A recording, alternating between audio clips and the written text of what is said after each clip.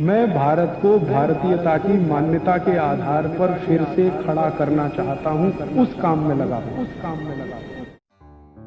हमारे देश में मैकॉले के द्वारा जो विषय तय किए गए उनमें से एक इतिहास विषय, जिसमें मैकॉले ने यह कहा कि भारतवासियों को सच्चा इतिहास उनका नहीं बताना है, क्योंकि इनको गुलाम बना के रखना है, इसलिए इतिहास को विकृत करके भारत में पढ़ाया जाना चाहिए।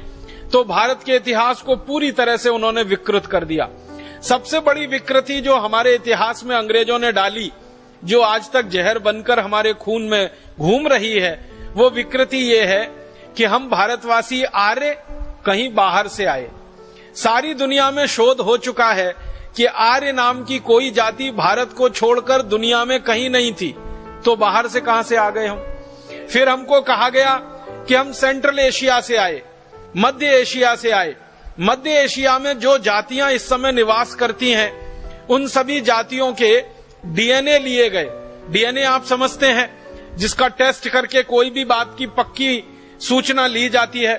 तो दक्षिण एशिया में, मध्य एशिया में, पूर्व एशिया में, तीनों स्थानों पर रहने वाली जातियों के नागरिकों के रक्त इकट्ठे करके उनका डीएनए टेस्ट किया गया और भारतवासियों का डीएनए टेस्ट किया गया। तो पता चला कि भारतवासियों का डीएनए दक्षिण एशिया, मध्य एशिया, पूर्व एशिया के किसी भी जाति समूह से नहीं मिलता है। तो ये कैसे कहा जा सकता है कि भारतवासी मध्य एशिया से आए, आर्य मध्य एशिया से आए? इसका उल्टा तो मिलता है कि भारतवासी मध्य एशिया में गए, भारत से निकलकर दक्षिण एशिया में गए, पूर्व एशिया में गए, मध्य एशिया में गए और दुनिया भर में सभी स्थानों पर गए और भारतीय संस्कृति, भारतीय सभ्यता और भारतीय धर्म का उन्होंने पूरी ताकत से प्रचार प्रसार किया।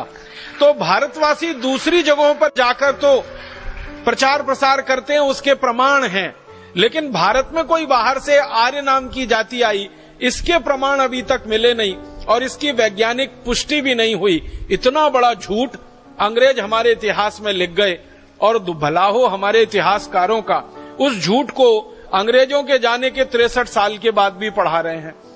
अभी थोड़े दिन पहले दुनिया के जेनेटिक विशेषज्ञ जो हैं, जो डीएनए, आरएनए आदि आदि की जांच करने वाले विशेषज्ञ हैं, इनकी एक बड़ी भारी परिषद हुई थी, कॉन्फ्रेंस हुई थी।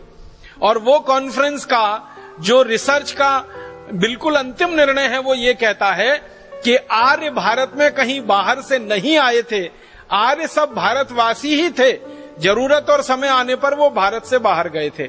अब आर्य हमारे यहाँ कहा जाता है श्रेष्ठ व्यक्ति को, जो भी श्रेष्ठ है वो आर्य है। कोई ऐसा जाति समूह हमारे यहाँ आर्य नहीं है। हमारे यहाँ तो जो भी जातियों में श्रेष्ठ व्यक्ति हैं वो सब आर्य माने जाते हैं।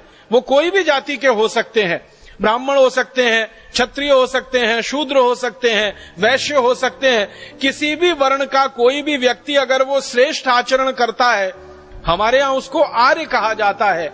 आर्य कोई जाति समूह नहीं है, वो सभी जाति समूहों में श्रेष्ठ लोगों का प्रतिनिधित्व करने वाला व्यक्ति है।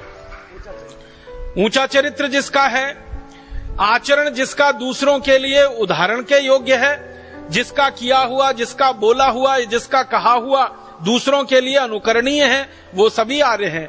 हमारे देश में परम श्रद्धेय और परम पूजनीय स्वामी दयानंद जैसे लोग, महात्मा गांधी जैसे लोग, भगत सिंह, चंद्रशेखर, ऊधम सिंह, अशफाक उल्लाह, तात्या टोपे, झांसी की रानी लक्ष्मीबाई, कित्तूर चन्नम्मा, ये जितने भी नाम आप लेंगे, ये सभी आर्य हैं, ये सभी श्रेष्ठ हैं, क्योंकि इन्होंने अपने चरित्र से दूसरों के लिए उदाहरण प्रस्तुत किए हैं। इसलिए आर्य कोई हमारे यहाँ जाति नहीं है। राजा जो उच्च चरित्र का है उसको आर्य नरेश बोला गया, नागरिक जो हमारे यहाँ उच्च चरित्र के हैं उनको आर्य नागरिक बोला गया। भगवान श्री राम को हम आर्य कहे, आर्य नरेश कहा जाता था उनको। श्री कृष्ण को आर्य पुत्र कहा गया, अर्जुन को कई बार आर्य पुत्र का संबोधन दिया गया, युधिष्ठिर, नकुल, सहदेव को कई बार आर्य पुत्र का संबोधन दिया गया, या द्रौपदी को आर्य पुत्री का संबोधन कई जगह है हमारे शास्त्रों में।